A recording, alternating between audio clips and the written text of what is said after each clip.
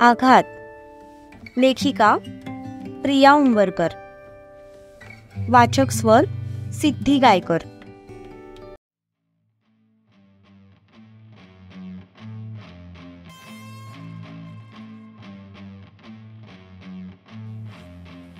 ते तिघे पण खाली उतरले होते. समोरच काही अंतरावर एक हेलिपॅड होतं आणि तिथे एक हेलिकॉप्टर उभं होतं. सत्यजित उतरताच त्या हेलिकॉप्टर जवळची 2 माणसं पळत त्याच्या जवळ आली. रेडी? त्याने त्या माणसांकडे बघून विचारलं. Yes boss, ready. त्यातला एक माणूस म्हणाला. एक्झॅक्ट त्याच्या घराच्या वर थांबायचं आणि मी सांगितल्यानंतरच पुढचं काम करायचं. सत्यजित म्हणाला. हा भाई त्यांच्याशी काय बोलतोय? कशाची बोलणी सुरू आहे? सूर्या शिवाच्या कानात कुजबुजला. तुझ्या लग्नाची बोलणी सुरू आहे.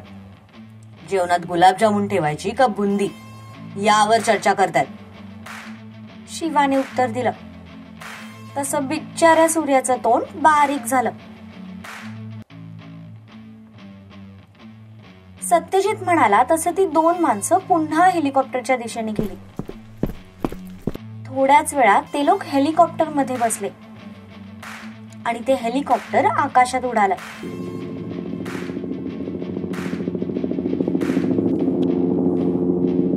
चला, सत्यजित म्हणाला. तसे ते दोघे चुपचाप परत गाडीत येऊन बसले. शिवाने कार स्टार्ट केली आणि ते रघुवेंद्रच्या घराच्या दिशेने निघाले.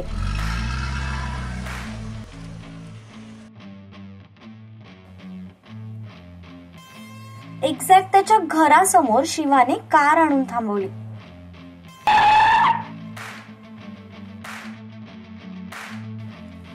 आता थोडा वेळ तोंड बंद ठेवायचं. सत्यजित त्या दोघांकडे बघून म्हणाला. तसं त्यांनी चुपचाप माना डोलवल्या.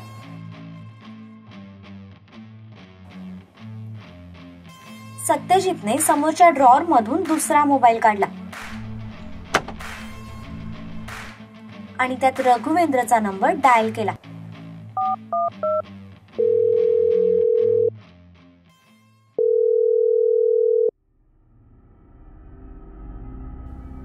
नंबर डायल करताच इकडे रघुवेंद्रचा मोबाईल वाजायला लागला.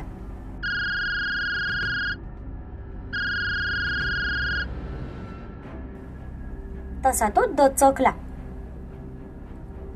इतकी टाईट सिक्युरिटी असून सुद्धा त्याचं मन सैरभैर झालं होतं. कशी बशी आजची रात्र त्याला काढायची होती. त्याने फोन पाहिला तर अननोन नंबर होता. ते बघून तो थोडा रिलॅक्स झाला.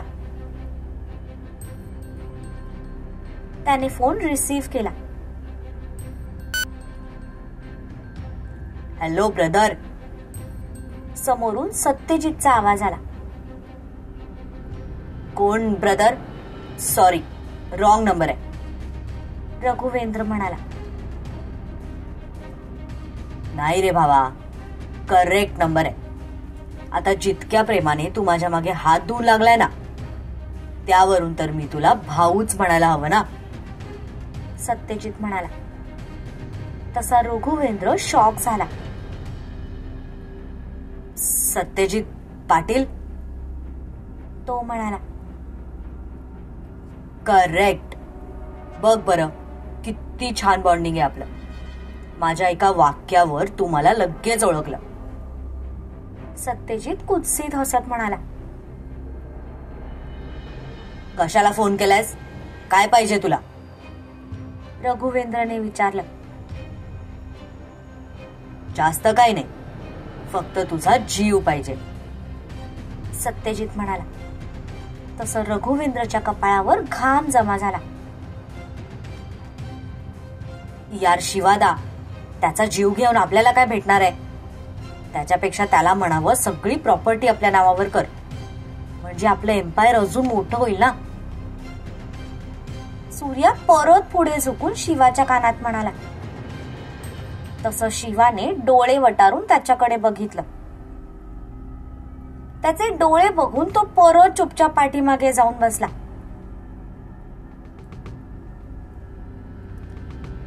ओ, म्हणजे तुला कळलं तर की तुझ्या भावाला मी किडनॅप केलं होतं, रघुवेंद्र म्हणाला. हो, पण तुझा प्लॅन फ्लॉप झालाय. या गेम मध्ये तू अजून कच्चा खिलाडी आहेस. खूप मेहनत करावी लागणार आहे तुला माझ्या मेंदूला मॅच करण्यासाठी, सत्यजित म्हणाला. तसा तिकडे रघुवेंद्र हसू लागला. खरं बोललास तू. तुझ्या मेंदूला मॅच करण्यासाठी मला खूप मेहनत घ्यावी लागणार आहे, कारण तुझ्या इतका हरामी माणूस मी आजपर्यंत पाहिला नाही. तुला काय वाटलं, तू माझ्या भावाला मारलंस आणि मी तुला असाच सहजासहजी सोडून देईन? रघुवेंद्र म्हणाला. तुझा भाऊ निरागस पोरींना विकण्याचं काम करत होता. शांततेत समजावलं होतं मी त्याला, पण त्याला समजलंच नाही. पैशांसाठी तो मुलींना जबरदस्ती वेश्या व्यवसायात उतरवत होता. आणि मी जिवंत असेपर्यंत या कोल्हापूरमध्ये मी चुकीचं कुठलंही काम होऊ देणार नाही. मग त्यासाठी मला कितीही चिता पेटवाव्या लागल्या तरी चालेल, सत्यजित रागात म्हणाला. एनिवेज, झालेल्या गोष्टींवर बोलून आता काहीही फायदा नाही. आता मी सांगतोय ते ऐक. पुढच्या 10 मिनिटात चुपचाप घराच्या टेरेसवर जायचं. वरती तुला एक हेलिकॉप्टर दिसेल. तू वर गेलास की ते तुझ्यासाठी खाली शिडी टाकतील. त्यावर चढून त्या हेलिकॉप्टर मध्ये बसायचं, सत्यजित म्हणाला. मूर्ख आहेस का तू? तू सांगशील आणि मी ऐकेन असं वाटलंच कसं तुला? रघुवेंद्र म्हणाला. ठीक आहे, मग पुढच्या 5 मिनिटात मरायला तयार राहा, सत्यजित म्हणाला. तसं रघुवेंद्र आजूबाजूला घाबरून बघू लागला. मी माझ्या घरात आहे आणि बिलकुल सेफ आहे. माझ्या घराभोवती टाईट सिक्युरिटी आहे. तू माझं काहीही वाकडं करू शकत नाही, रघुवेंद्र म्हणाला. अरे यार, मी तर तुला एक गोष्ट सांगायचं विसरूनच गेलो. ऍक्च्युली जी सिक्युरिटी तू बोलवलीस ना, त्यातले अर्धे लोक माझे आहेत. आणि त्याच लोकांनी तुझ्या घरामध्ये ठिकठिकाणी बॉम्ब्स लावलेत, ज्याचा रिमोट माझ्या हातात आहे, सत्या म्हणाला. शिवादा, कुठे आहे रे रिमोट? जरा मला बघू दे. सूर्या परत पुढे डोकावत म्हणाला. पण त्याचं वाक्य पूर्ण व्हायच्या आतच शिवाने त्याचं तोंड दाबलं. सत्यजितचं बोलणं ऐकून रघुवेंद्रचा घसा मात्र कोरडा पडला. सत्यजित हे खरंच करू शकतो हे त्याला माहीत होतं.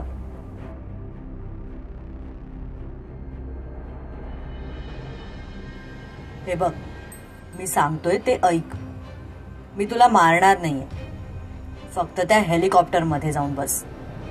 बाकीचं आपण समोरासमोर बोलू. पण हा, तू जर माझं ऐकलं नाहीस तर पुढच्या 5 मिनिटात तू, तुझा बंगला आणि तुझ्या सिक्युरिटी मध्ये असलेले हे 100-200 माणसं सगळे एका झटक्यात मरतील. ठरव मग, तुला काय करायचंय ते, सत्यजित म्हणाला. तसा रघुवेंद्र विचारात पडला. तुझा अजूनही माझ्या बोलण्यावर विश्वास नाहीये का? थांब, तुला एक डेमो दाखवतो. असं म्हणत सत्यजितने त्याचा खरा मोबाईल हातात घेतला आणि एक कॉल लावला. त्याचा कॉल वाजताच अगदी थोड्या वेळात रघुवेंद्रच्या किचन मध्ये मोठा धमाका झाला. तसे सगळेच हादरले.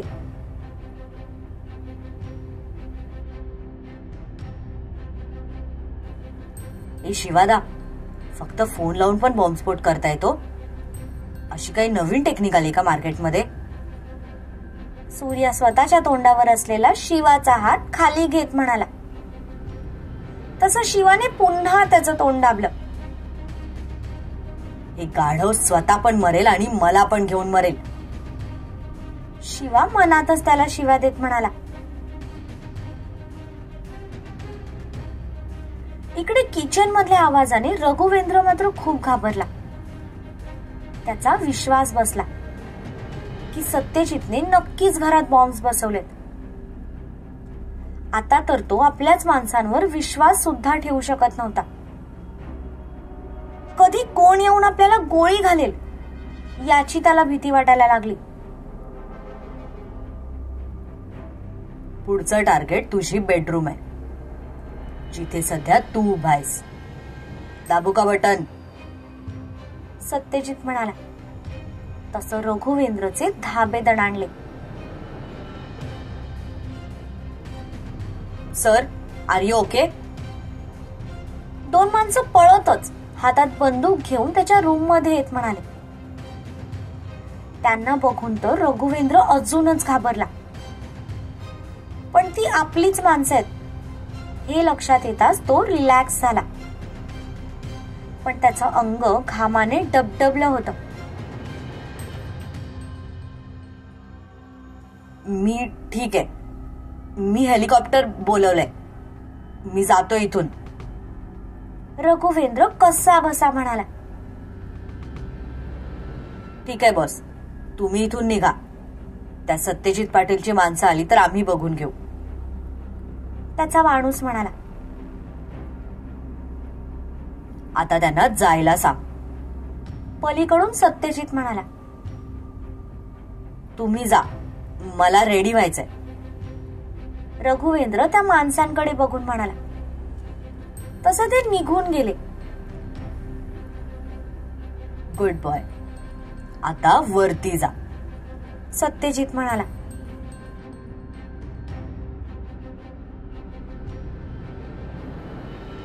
इकडे सूर्या मध्येच बोलायचा प्रयत्न करत होता. पण यावेळी शिवा त्याला बोलूच देत नव्हता. लगेच त्याचं तोंड दाबत होता.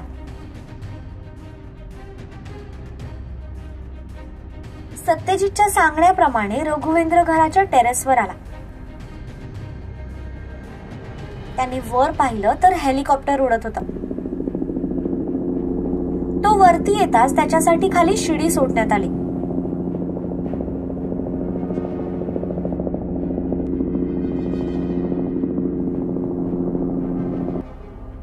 मी आता फोन बंद करतोय, वरती चढ, भेटू लवकरच. असं म्हणत सत्यजितने फोन कट केला.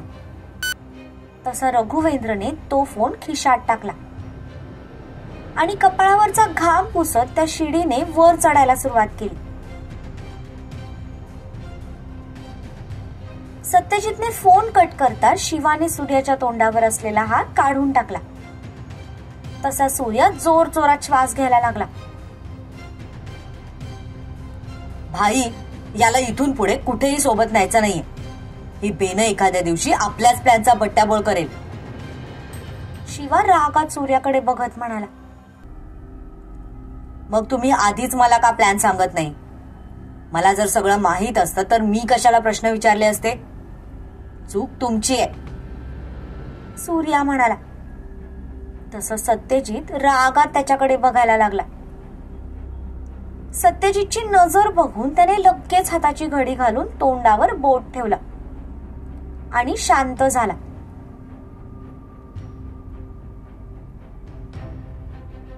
इकडे रघुवेंद्र हेलिकॉप्टर मध्ये आला. सत्यजितच्या माणसांनी त्याला हात देऊन वरती घेतलं. तो आत बसताच शिडी वर घेण्यात आली आणि हेलिकॉप्टर तिथून वाऱ्याच्या वेगाने निघालं.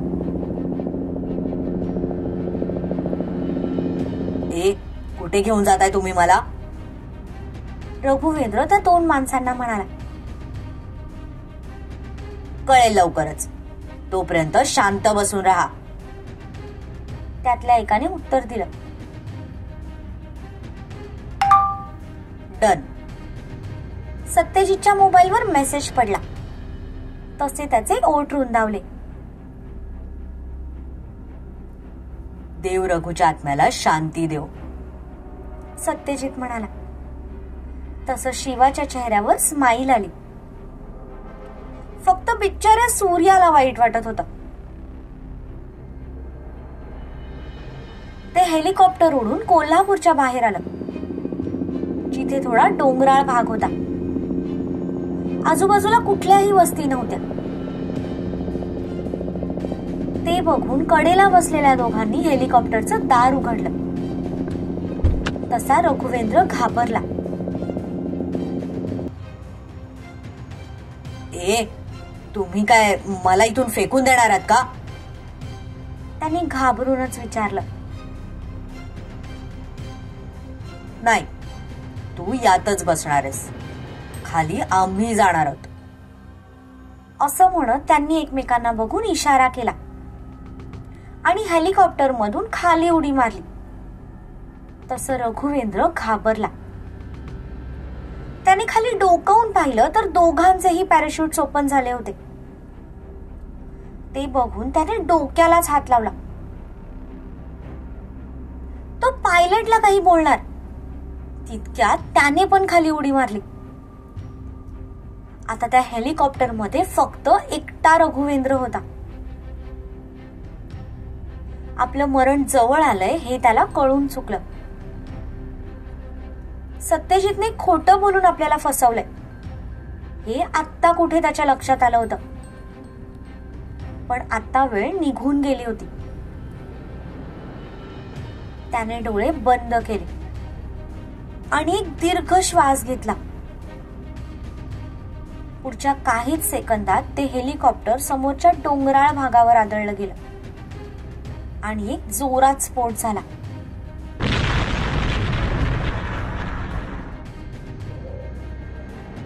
रघुवेंद्रचा किस्सा कायमचा संपला होता. काम झालं.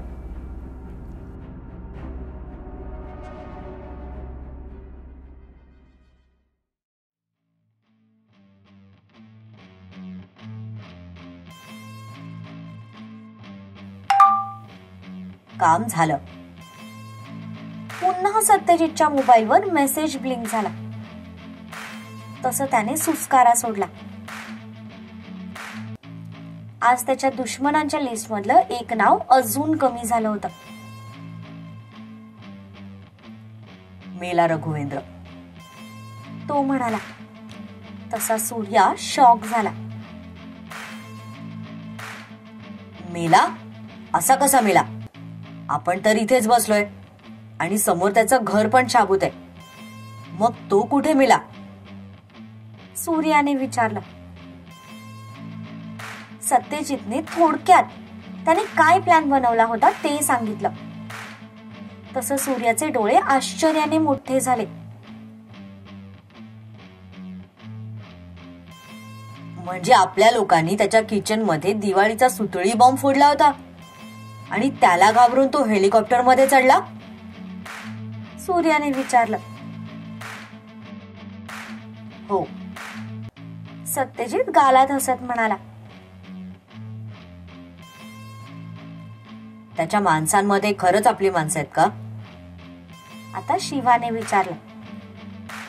यावर सत्यजित हसू लागला. त्याचं हसणं बघून दोघेही एकमेकांच्या तोंडाकडे बघू लागले. जेव्हा वाईट वेळ येते ना, तेव्हा माणसाची चक्र आपोआप फिरतात. तसंच त्याचं झालं होतं. ती सगळी त्याचीच माणसं आहेत. फक्त त्यातला एक जण आपला, ज्याने त्या किचन मध्ये सुतळी बॉम्ब लावला. त्याच्या घरात मी कुठलाही बॉम्ब बसवलेला नाही. मी खोटं बोललो त्याच्याशी आणि त्या गाढवाने विश्वास ठेवला माझ्यावर. आता मेला स्वतःच्या कर्माने. त्याच्या माणसांना वाटेल की हेलिकॉप्टर क्रॅश झालं म्हणून तो मेला. पण तो कसा मेलाय हे फक्त आपल्यालाच माहितीये. सत्यजित म्हणाला. तसं शिवा आणि सूर्या दोघेही एकमेकांच्या तोंडाकडे बघू लागले. भाई, अरे तू कम्माल आहेस, धम्माल आहेस, बेमिसाल आहेस. कसं तुझं डोकं इतकं पळतं देव जाणे. सूर्या पुढे झोपून त्याच्या पायाला हात लावत म्हणाला. तसा सत्यजित गालात हसला. सत्यजितने त्याचा मोबाईल घेतला आणि त्याच्या माणसांना फोन लावला.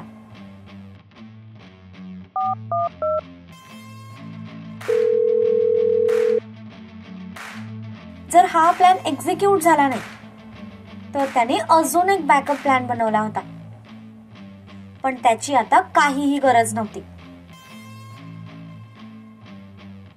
हॅलो, काम झालंय, सो तुम्ही परत जाऊ शकता. एवढं बोलून त्याने फोन कट करून टाकला. सत्यजितने सुस्कारा सोडत शिवाकडे पाहिलं. Let's go. याचं काम तर झालं, पण अजून एक काम बाकी आहे. सत्यजित म्हणाला. तसं शिवा सूर्याच्या कपाळावर आठ्यांचं जाळं पसरलं. आता कोणतं काम? शिवाने विचारलं. राका. सत्यजित राकाचा चेहरा आठवत म्हणाला.